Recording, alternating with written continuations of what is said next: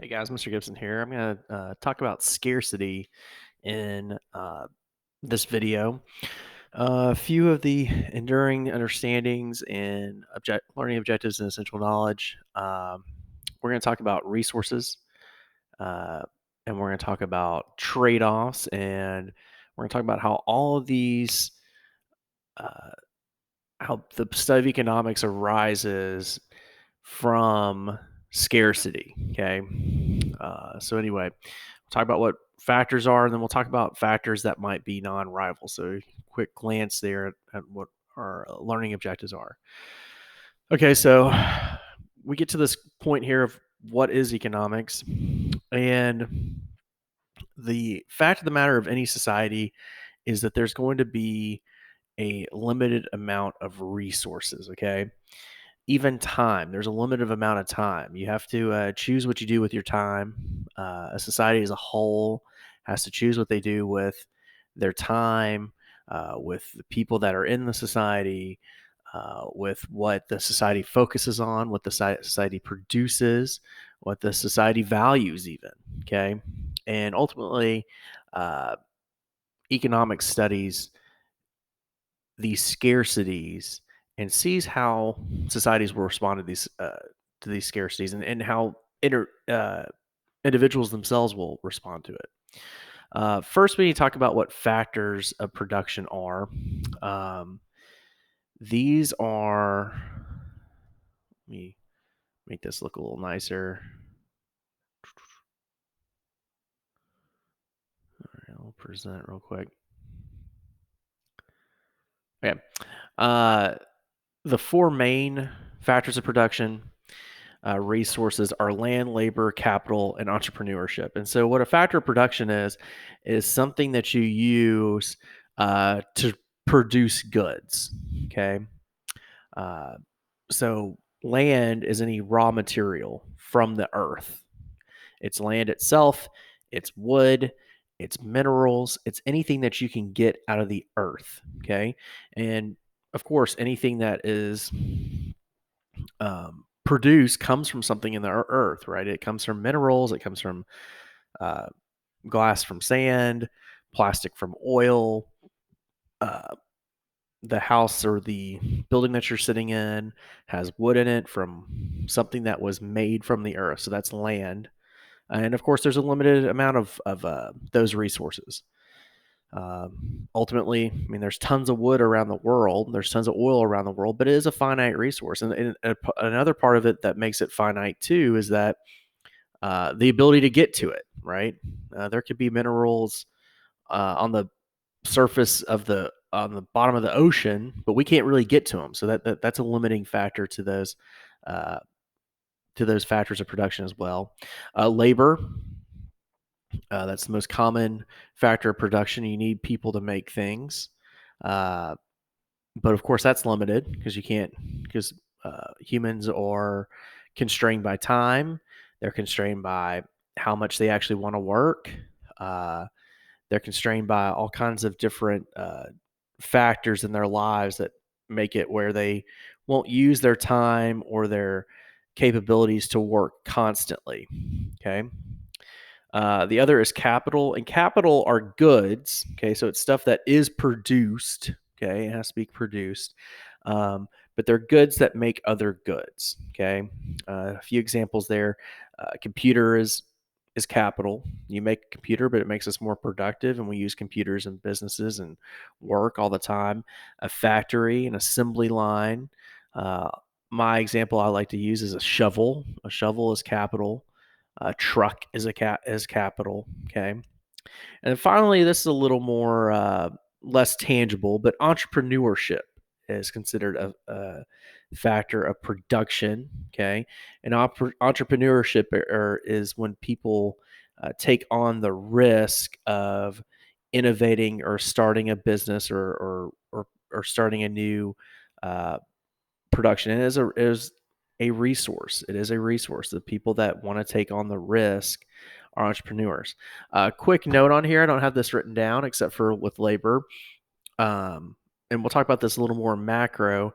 Uh, the value of these are expressed in different ways. Okay. For labor, for your labor, you get a wage. Okay. Uh, for the land that is used, you get what's called a rent. Okay. And that's what you get back on it as rent. Capital, the same thing. We call it rent. You get rent back on capital. But entrepreneurs, they get profit. Okay. They take the risk, but they get the profit from a business. So labor gets wages, land and capital get rents, and entrepreneurs get the profit. Okay. So keep that in mind.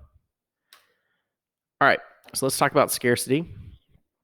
So we just talked about how resources are limited in the world, the ability to get them, the constraints on people's time or their energy, the constraints on uh, the capital itself, the constraints on technology, right? It's all, we could say we want 100% of our energy to be free and available to anybody and clean, but that doesn't exist. Okay. Um, so anyway, uh, food production, there's only so much uh, viable land for food production. Okay, so scarcity exists. There are limits to the resources that we have in the world, and truth be told, as a society, as a people, we have unlimited needs and wants. Okay, there, I don't can't think of a situation where society would just shrug their shoulders and say we're done. We don't have anything else that we want. There's constantly strive. People are constantly striving for more. They want more. Whether that's good, bad, or indifferent, we don't really care in economics. We just know that this exists. And because this exists, there's trade-offs in the world. Okay. Can't spend your time, energy, and resources uh, on one thing versus another thing. You can't spend it on both. Okay. You can't spend all your time. You can't spend your time at school and at work at the same time. There's a trade-off there. So that's what economics is interested in. It's like scarcity exists. Because scarcity exists for whatever reason, for some reason in this universe, we have scarce resources. Because those exist, because we want more and more things, we have to study these trade-offs, okay? But it's not everything is a scarce resource, okay? There are some resources that are non-rival. And what it means to be non-rival means if I have it, I can't take it away from you, okay? Um, Example of this is our rival goods are those last resources we looked at. Okay, if I own a tree and have its wood, then you don't possess it. Okay, that's rival. I'd have to sell it to you. Okay, um, capital is rival. Okay, if I own the truck and have the truck, then you don't have the truck. We both can't have the truck at the same time, okay?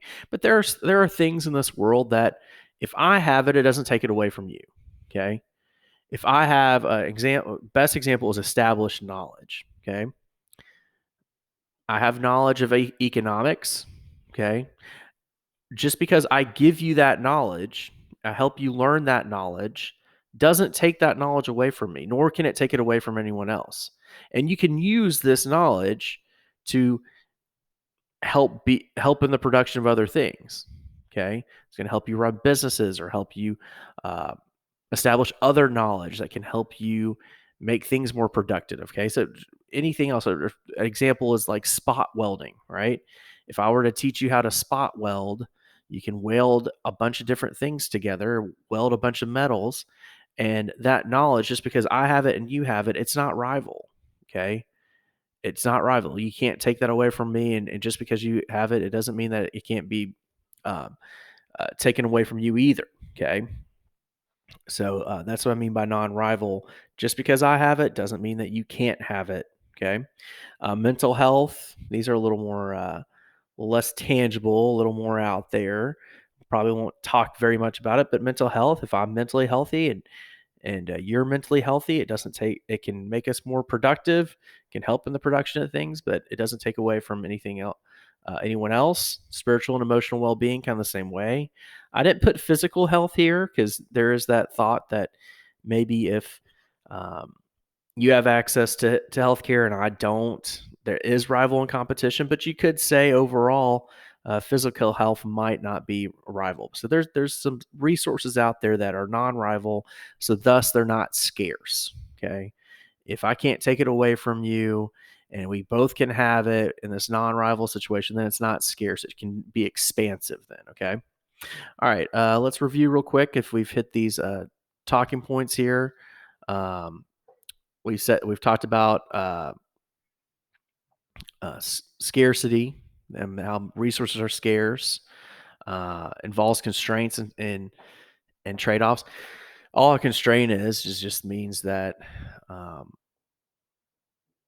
you're constrained by the scarcity that there exists a limit. A constraint is a limit. So there's a limit to the number of trees in the world. There's a limit to the amount of time that you can use. There's a limit to people's entrepreneurial uh, endeavors. There's some sort of limit. Okay, it might be huge, but it's still a limit. Okay, um, we've just defined resources and we've defined their causes of their scarcity. Okay, time simply not time can be a limit. People's just ability can be a limit. People's willingness can be a limit in labor. Entrepreneurship too, capital, just the things that we can make and the amount of time that we can make it. You can think of the COVID-19 thing. It just talked about ventilators, right? There's a constraint, a limited supply of ventilators, and there's a limited amount we could make in a certain time. Okay. Um, we talked about the trade-offs, so we were over to the essential knowledge that trade-offs come when you know there's the scarcity of our resources, but the unlimited needs of society. And then finally, we talked about factors of production that are scarce, but also these non-rival factors of production that may not be scarce. Okay. So anyway, thanks for your attention. And